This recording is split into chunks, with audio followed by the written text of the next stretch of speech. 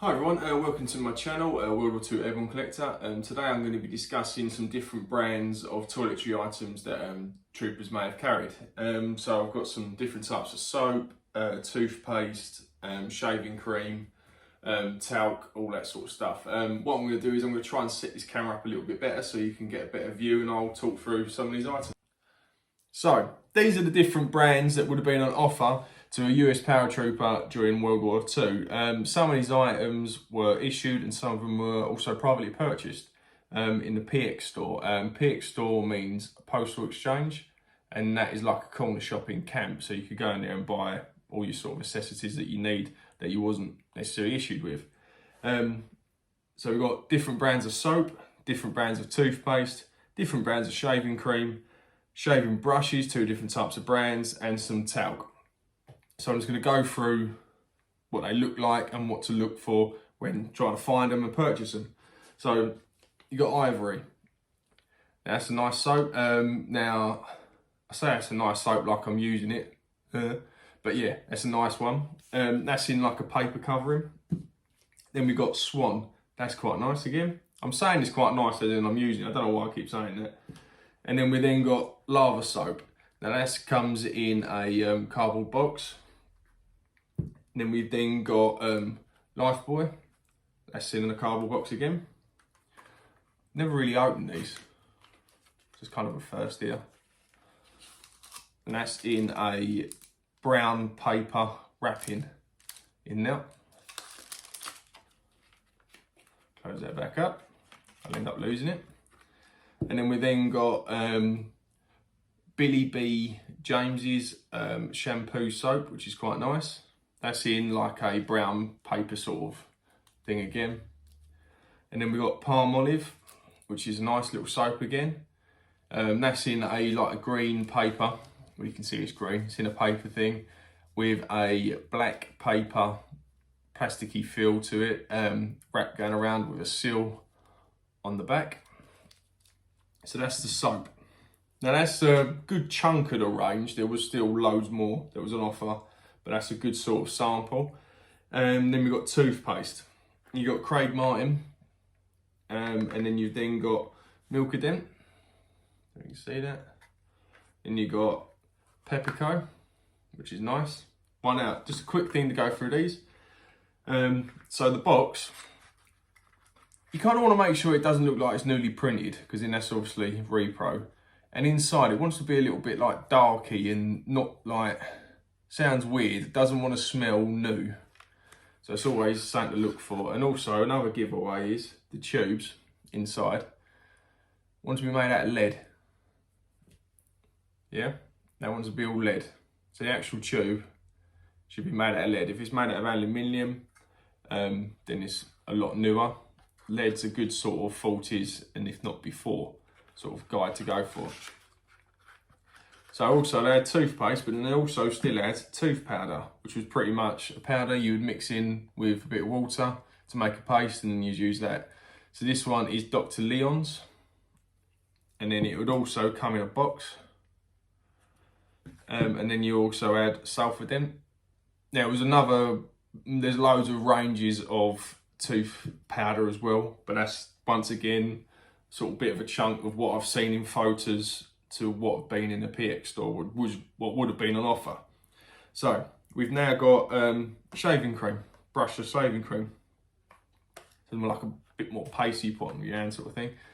Barbasol, that's common. Molar, that's common. Then it starts getting a little bit harder to find as I go along. You got Menem, which is a nice one. Glider, which is a nice one. Brum Shave. Now these are good, but they're quite hard to find, these ones, but they're nice if you get them. And then something else that's really hard to find is Gillette. It's a nice early one. Now once again, with all of this is the example, because the tube in this one isn't that good. It's a little bit started to bubble, the paintwork, because that's where it's sort of reacting. Once again, it's all made out of lead.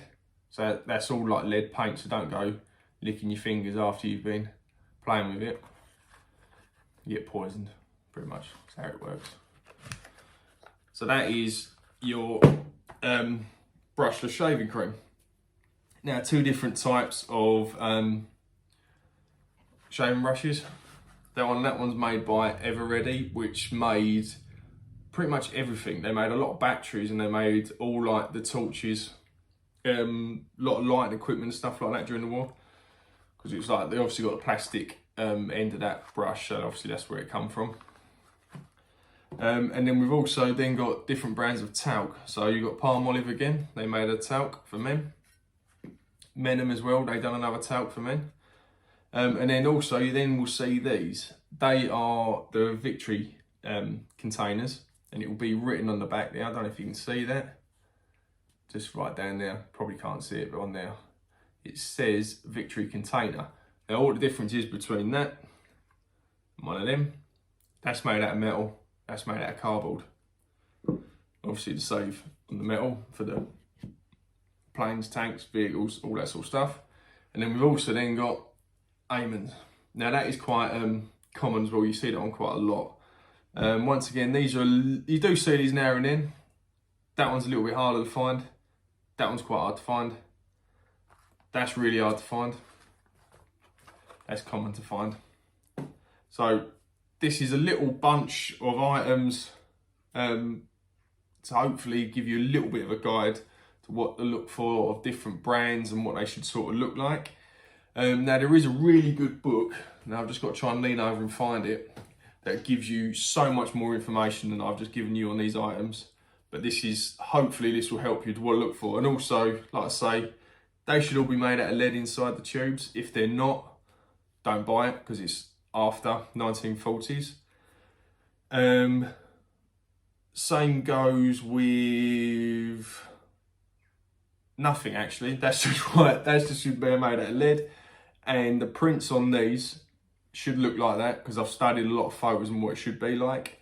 And also, let me just find the book, which is just here. This book is the best book to buy if you're going to be buying items like this and any small ration items and stuff like that. Now, it's called the Government Issue Collector's Guide. They made two. The first one's, that's green, and this one's obviously red. Volume 1 has got more of the webbing and weapons and stuff like this. Volume 2 has got a lot of the personal items, which is all of this and a lot more. That is worth buying. That's like the Bible. It's not the Bible, but it's like the Bible. But yeah, so I hope this video has been semi-interesting to all of you. If you like it, give us a thumbs up, give us a message if you liked it or you found it at all useful. Yeah, it's great. If you're not following on Instagram, check me out. It's once again World War II Airborne Collector. It's where I've got a load of my sort of collection on there. Yeah, hopefully you found this half interesting.